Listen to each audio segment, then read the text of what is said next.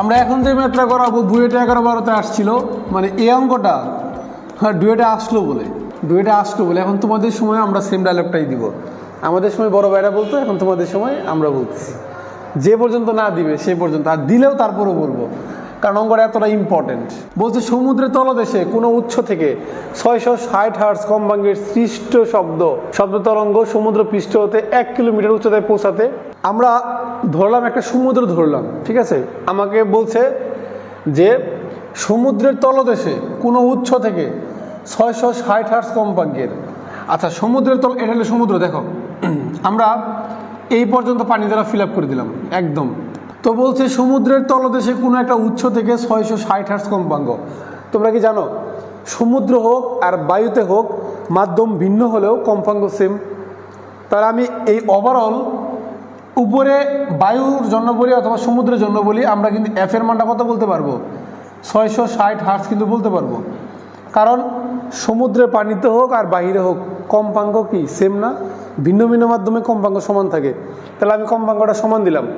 তাহলে 660 হার্টজ কম্পাঙ্কের সৃষ্ট শব্দ তরঙ্গ সমুদ্র পৃষ্ঠ হতে 1 কিলোমিটার উচ্চতায় পৌঁছাতে। তার মানে খেয়াল করে দেখবা, বলছে সমুদ্র পৃষ্ঠ, মানে এটা হচ্ছে সমুদ্র পৃষ্ঠ। এখান থেকে মানে সমুদ্রের তলদেশ থেকে একটা শব্দের উৎপত্তি হয়েছে। ধরো নিচে একটা সাবমেরিন আছে, ওখান থেকে একটা শব্দ জুড়ে একটা শব্দ উৎপত্তি হলো। তাহলে এই শব্দটা সমুদ্র পৃষ্ঠ হতে, দেখো কি বলছে, সমুদ্র পৃষ্ঠ হতে কি বলছে, সমুদ্র পৃষ্ঠ হতে সৃষ্ট শব্দটা 1 কিলোমিটার উচ্চতায় উঠলো। তাহলে এটুকুর উচ্চতা হচ্ছে 1 কিলোমিটার, মানে 1000 মিটার। একবারে লিখি আমরা যে 1000 মিটার।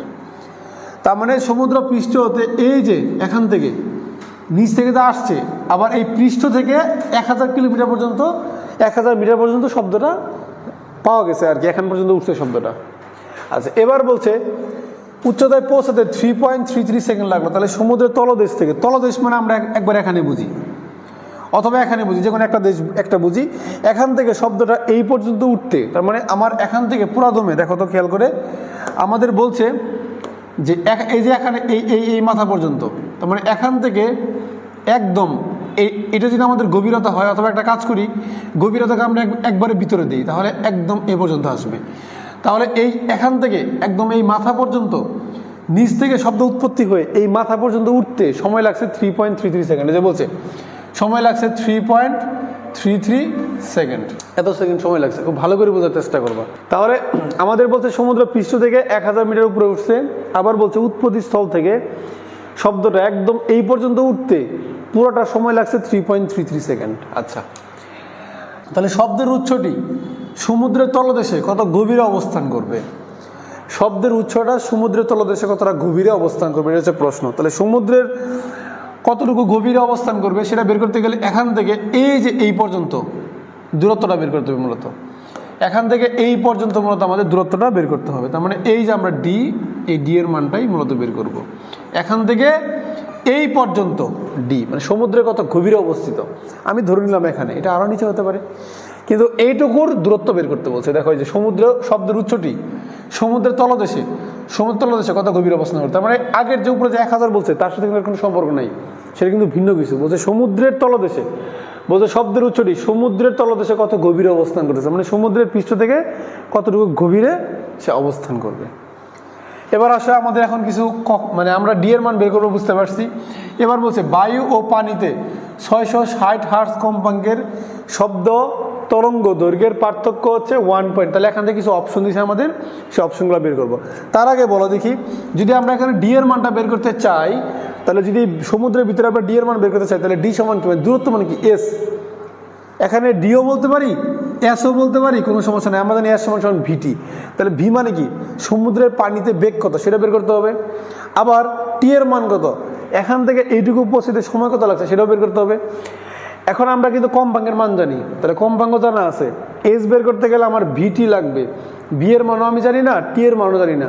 তাহলে বলবো এখানে টি দেওয়া আছে, এখানে যে টি দেওয়া আছে এটা কিন্তু পুরোটার জন্য টি দেওয়া আছে, এটা কিন্তু শুধুমাত্র এই সমুদ্রের ভিতরের শব্দের জন্য না। এই শব্দটা এখান থেকে তৈরি হয়েছিল, এখান পর্যন্ত পৌঁছাতে সময় লাগছে 3.33 সেকেন্ড। তাহলে আমরা এখান থেকে এস এর মান বের করতে গেলে ভি লাগবে, টি লাগবে, আমার হাতে কোনো কিছুই নেই।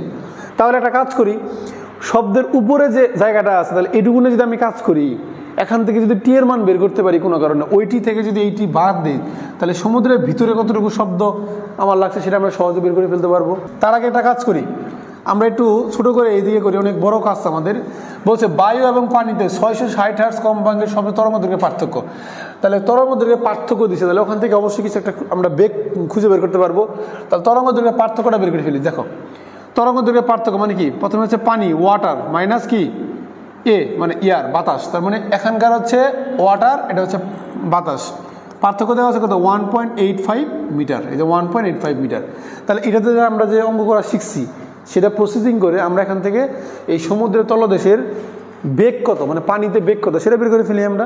তাহলে এখান থেকে ল্যামড়া, ল্যামড়া মানে কত, ল্যামড়া সমান আমরা কি জানি বলো দেখি, বিভাগ, বিভাগ কি ফ্রিকোয়েন্সি না, বি সমান সমান এফ ল্যামড়া, বি সমান যদি এফ ল্যামড়া হয় তাহলে আমাদের ল্যামড়া সমান কত বিভাগ এফ।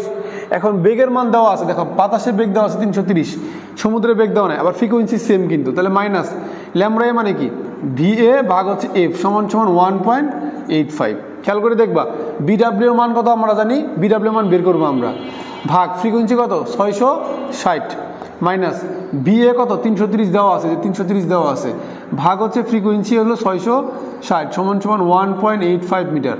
তাহলে এখান থেকে আমরা কি করব, বিডাব্লিউর মানটা খুব সহজে কিন্তু বের করে ফেলতে পারবো। তাহলে বিডাব্লিউর মান কত আসবে আমরা একটু দেখি। আচ্ছা আমরা ক্যালকুলেশন করলাম, আমার এখানে উত্তর আসলো কত 1551 এত মিটার পার সেকেন্ড, ঠিক আছে 1551 মিটার পার সেকেন্ড। ওকে, সমুদ্রের পানিতে বেগটা পেয়ে গেছি, মানে সমুদ্রের পানিতে বেগ পেয়ে গেছি। সমুদ্রের পানিতে বেগ পাওয়া মানে কি আমার বের করতে হবে দূরত্ব কত, গভীর কত, গভীর মানে হচ্ছে ডিস্টেন্স অথবা এস, এস সমান সমান ভিটি, ভি পেয়ে গেছি, আমার শুধু লাগবে টি। এইটুকু যদি টি বের করতে চাই, সমুদ্রের উপরে যে আমার এস দিছে ওখান থেকে কী করতে হবে, টি এর মান বের করতে হবে। ওই টি থেকে যদি এই বড় টিটা বাদ দিই তাহলে আমি সমুদ্রের ভিতরে পানির উঠতে কতটা সময় লাগছে আমরা পেয়ে যাব। তাহলে এখন আমাদের এইটুকু একটা স্টেপ শেষ হলো, এইটুকু আমি আলাদা করে ফেলি। দেখো এইটুকু আমরা আলাদা করি, আমরা এরপরে এখানে সেকেন্ড স্টেপ করব। এটা হচ্ছে আমাদের ছিল হচ্ছে ফার্স্ট স্টেপ, এটা সেকেন্ড স্টেপ। দ্বিতীয় স্টেপে খেয়াল করে দেখবা যে এখানে 1000 মিটার দিচ্ছে, অবশ্যই কিছু একটা কাজ করতে বলতেছে। আবার বলছে বায়ুতে 330 মিটার পার সেকেন্ড। দেখো তো আমি কি বলতে পারি, এটা তো বায়ুতে, তাহলে আমি কি এটুকুর জন্য বি পাই গেছি না 330 মিটার পার সেকেন্ড। তাহলে এখানে শুধুমাত্র কিন্তু দূরত্ব দেওয়া নেই, বরং বি এর মানও দেওয়া আছে। তাহলে আমি একটা কাজ করি, উইনো আমরা কি জানি এখান থেকে এই যে আগের মতো এস সমান সমান বিটি জানি, কিন্তু এ এস মানে কিন্তু এস এ সমান সমান বি এ বা টি এ মানে হচ্ছে ইয়ার, ইয়ার মানে বাতাস, তাহলে বাতাসের জন্য তাহলে এস হচ্ছে 1000 মিটার, বি এর মান 330, কারণ বাতাসের আমরা বেগ জানি, টি এর মান আমরা বের করবো এখান থেকে। তাহলে টি এর মানটা কত হয় আমরা একটু চেক করে দেখি, 1000 ভাগ হচ্ছে 330, আমার সময় লাগবে হচ্ছে 3.03 সেকেন্ড, 3.03 সেকেন্ড। তার মানে বুঝতে পারলাম শব্দটা এখান থেকে এইটুকু উঠতে সময় নিছিল কত 3.03 সেকেন্ড। তাহলে গভীর থেকে এইটুকু উঠতে কতটুকু সময় নিছিল, তাহলে আমরা কি এখানটুকু টি বের করতে পারবো না, এটুকুর নাম দিব টি ডাব্লিউ দিলাম, টি ডাব্লিউ। তাহলে আমরা এখান থেকে টি ডাব্লিউ বের করে ফেলি। টি ডাব্লিউ হচ্ছে মুট সময় টি থেকে টি একে মাইনাস, মুট টি হচ্ছে 3.33 মাইনাস 3.03। এবার আমরা 3.33 থেকে এটাকে মাইনাস করে দিই, আমরা পেলাম হচ্ছে 0.3 সেকেন্ড। তাহলে এবার দেখো, এবার বলছে কত যে সমুদ্রের তলদেশে কত গভীর অবস্থান করবে। তাহলে এবার আমরা বের করে ফেলি। তাহলে এস ডাব্লিউ অথবা ডি অথবা ছোটো হাতের ডি, ইচ্ছা তুমি যেটা লিখতে পারো, অথবা লিখতে পারো যে সমুদ্রের গভীরতা, তুমি যেটা লিখবা সেটাই, গভীরতা সমান সমান এস সমান সমান কি সূত্র হচ্ছে বি গুণন টি, বিটি। তাহলে বিটি মানে বিডাব্লিউ টি ডাব্লিউ, এখানে বিডাব্লিউর মান আমরা কেবলই বের করছি 1551, এই যে 1551, আর টি এর মান হচ্ছে 0.3 সেকেন্ড। তাহলে আমরা এই 1551কে যদি গুণ করে দিই তাহলে আমরা পেয়ে যাবো হচ্ছে 464.83 এত মিটার। তার মানে সমুদ্রের গভীরতা কতটুকু নিচ থেকে এটা শব্দ শুরু হয়েছে, 464.83 মিটার থেকে শব্দটা উৎপত্তি হয়েছে।